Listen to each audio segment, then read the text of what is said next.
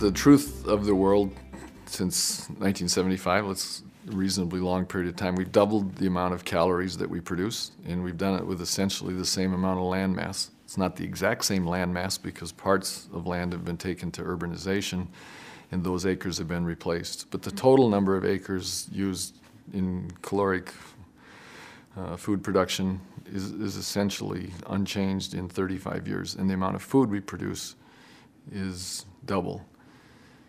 There are those that question that that can be done again, that the green revolution can be repeated.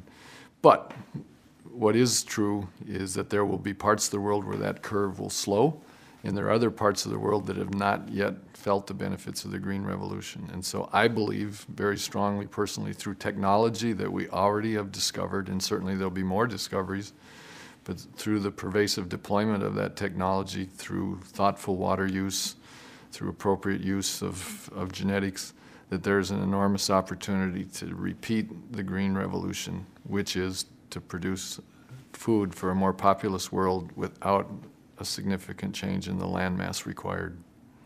I think we can make the case for the ability of the world to feed itself at a reasonable price without the need to take high-value ecological properties and bring them into food production. The trick in doing that is it's an institutional and a governmental role.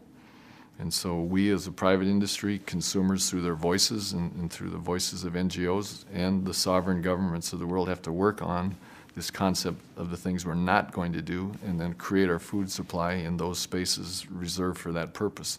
It's a big task.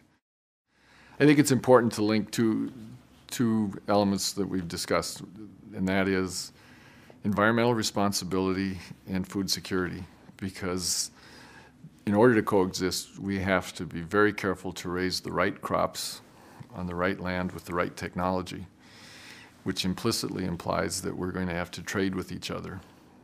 If we want environmental responsibility and food security, it requires a trust-based global view of how we do both.